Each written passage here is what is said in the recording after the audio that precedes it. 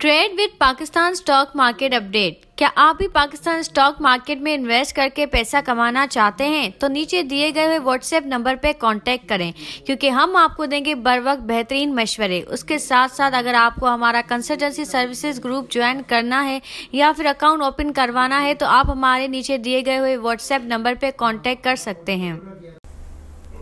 टूटने लगे हौसले तो ये याद रखना कि जुगनू किसी के मोहताज नहीं होते।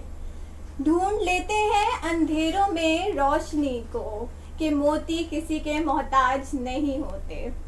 अस्सलाम वालेकुम एवरीवन, मैं हूं फिजा फ़हीम और मैं आज एक बार फिर मिस्टर ज़फ़र मोदी के साथ मौजूद हूं।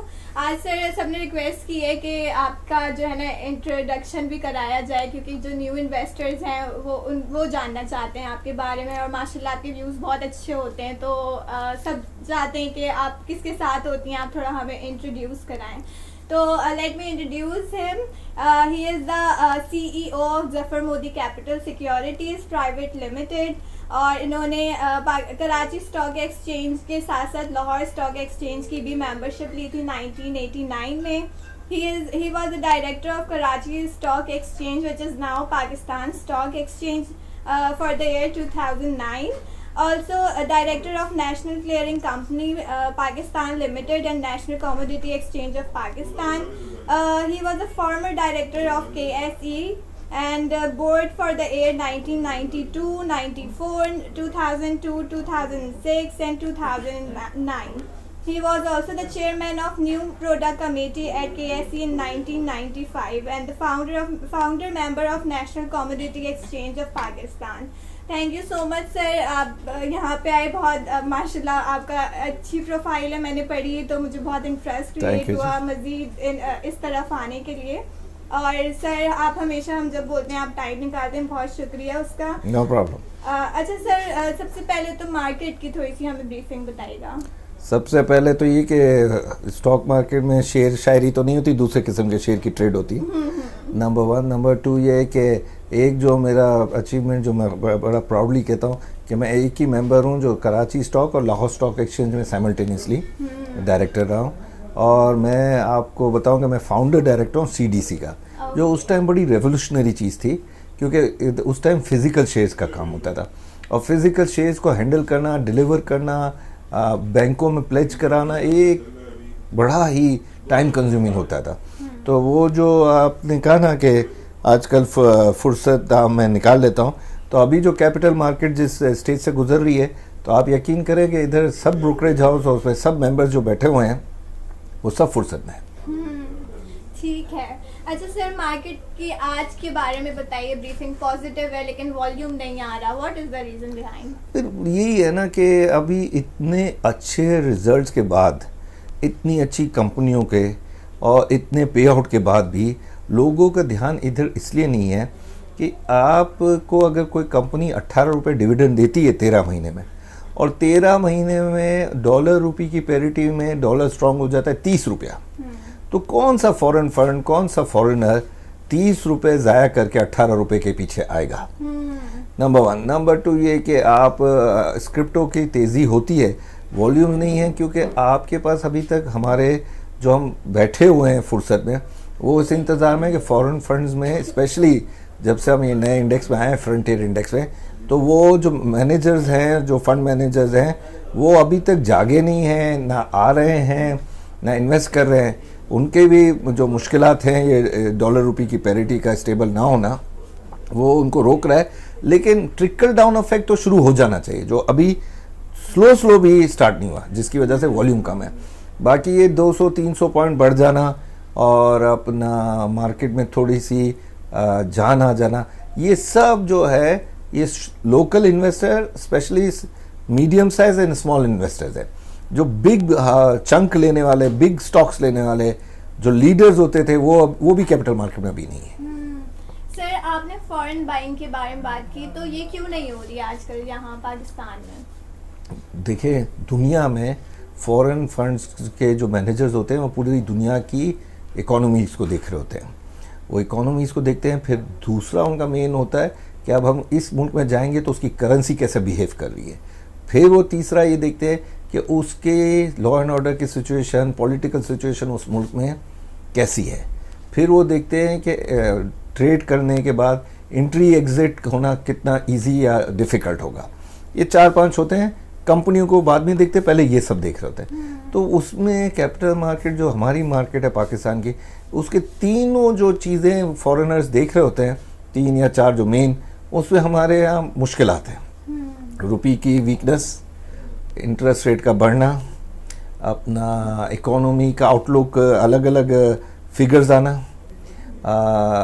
लॉ एंड ऑर्डर की सिचुएशन बनना, और ट्रेड डेफिसिट इतना बढ़ जाना, तो वो ज़रा आते हुए कतरा रहे हैं। और उनके पास ऑप्शन दूसरे भी हैं। देखिए, अभी से कोविड के बावजूद इंडोनेशिया ने टूरिज़्म को ओपन किया है। इसका मतलब है they are ready to do business again.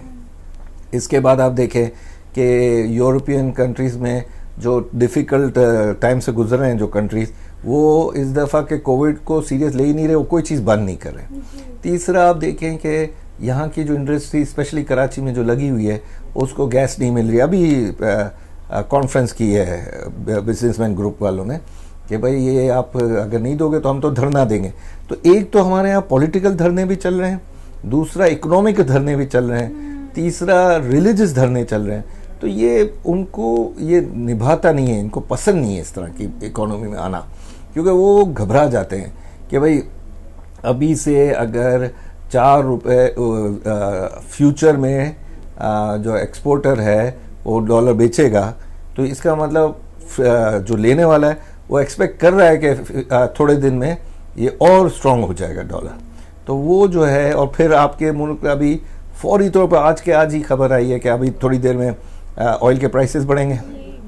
अभी थोड़ी देर में चाइना के पास जाना, काज़ाकिस्तान जैसे मुल्क से भी हमें मांगना, रशिया से मांगना, तो ये दिखा रहा है कि जो मिनिस्ट्री ऑफ फाइनेंस है वो भी परेशान है कि हमारे बुक्स को किस तरह मेंटेन करें, हमारे रिजर्व्स किस तरह दिखाएं कि वो एक तसल्ली बख्श है।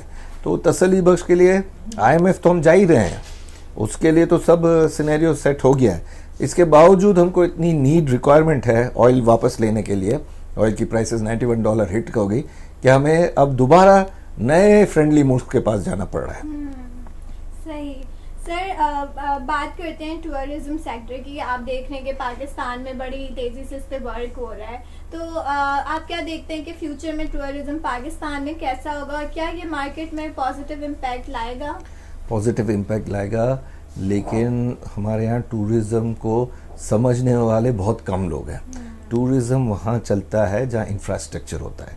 जब मरी जैसे इंसिडेंट हो जाएं, या धुंध की वजह से आपके मेन हाईवेज बंद हो जाएं, या आपके पास वो इंफ्रास्ट्रक्चर ना हो कि वो आप चेक कर सको कि कौन सी गाड़ी किस स्पीड से जा रही है, जिधर वो मशीनें ना हो जो पहाड़ों को मेंटेन करें, जो दरख्तों को मेंटेन करें, जो इलेक्ट्रिसिटी को मेंटेन करें, जो पानी जम जाता है पाइपलाइनों में तो उसको खोलें, तो जाहिर है फिर टूरिस्ट इंटरनल वाला तो आएगा, उसका तो कोई, पर एक्सटर्नल वाला जो आना चाह रहा है, जो पाकिस्तानी होते हुए बाहर रह रहा है और बाहर से काम कर रहा है, वो भी आना चाह रहा है, तो उसको ये सब इंफ्रास्ट्रक्चर चाहिए होगा।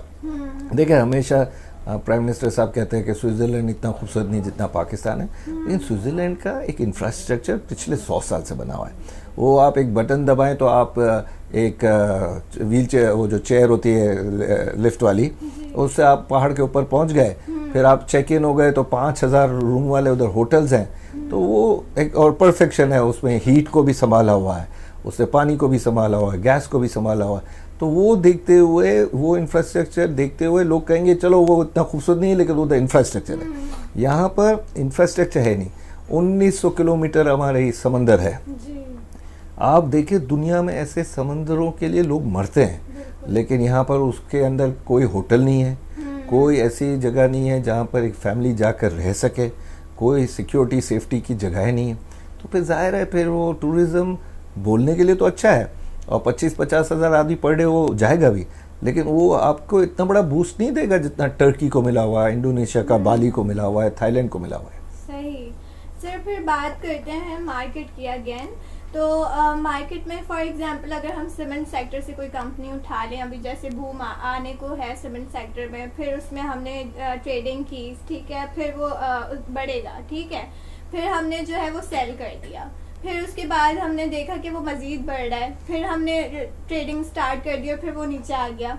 तो ऐसी सिचुएशन में फिर हम अल्टीमेटली नुकसान तो है ना, फिर हम चाहेंगे कि वो किसी भी तरह बेचें या फिर दूसरी जगह ट्रेडिंग करें। तो कोई ऐसी स्ट्रेटजी बताएं कि जहाँ पे हमारे नुकसान कम हो और राइट टाइम पे हम उसको कैश कर सकते हैं। देखिए ये स्ट्रेटजी कोई प्रिडिक्ट कर ही नहीं सकता, जो कर रहा है वो झूठ बोलता है, ठीक है, नंबर 1। नंबर 2 ये कि ये सब element of feel good element मैं कहता हूँ कि अगर आपने एक चीज़ ख़रीदी है, वो बढ़ी है और आपने थोड़े से नफ़े के बाद उसको बेच दी है, फिर उस चीज़ का और बढ़ना में आपको वो लालच नहीं होनी चाहिए कि अब मैं दोबारा री एंट्री करूँ। आप फिर देखें कि और कौन सा सस्ता है। कि मैं अभी एक इंटरव्यू दे रहा था, तो उसमें 5 के पी मल्टीपल पर हमारे इतने सालों में, जो मेरे टाइम में मुझे जो पक्के याद हैं, यानी बहुत ज़्यादा टाइम नहीं हुआ, तो 3 हैं जो 5 के मल्टीपल पर काम हुआ है। एक बॉम्ब ब्लास्ट जब हम एटॉमिक चागी का किया था तो 5 के पी मल्टीपल पर आ गया था। फिर 2008 में जो दुनिया में क्राइसिस आया था उसमें 5 मल्टीपल पर, और अब ये मैं आपको 98 से 2008 यानी 20-25 साल की आपको वो बता रहा हूँ। तो वो 20-25 साल में हुआ, इससे पीछे भी हुए होंगे, मैं नहीं कहता कि, लेकिन इतनी बड़ी अपॉर्चुनिटी होने के बावजूद अगर लोग नहीं आ रहे तो उनकी, मैं तो कहता हूँ, गलती है। आज आप करेंसी को स्टेबल कर दें, आप देखिएगा बहुत से लोग आ जाएंगे, बहुत से लोग आ जाएंगे। ठीक है सर, ये भी बताएं कि वो कौन से ऐसे शेयर्स हैं जिनकी हिस्ट्री मार्केट में अच्छी रही हो और वो 20 से 25% तक डिविडेंड देते हैं। बहुत से शेयर हैं।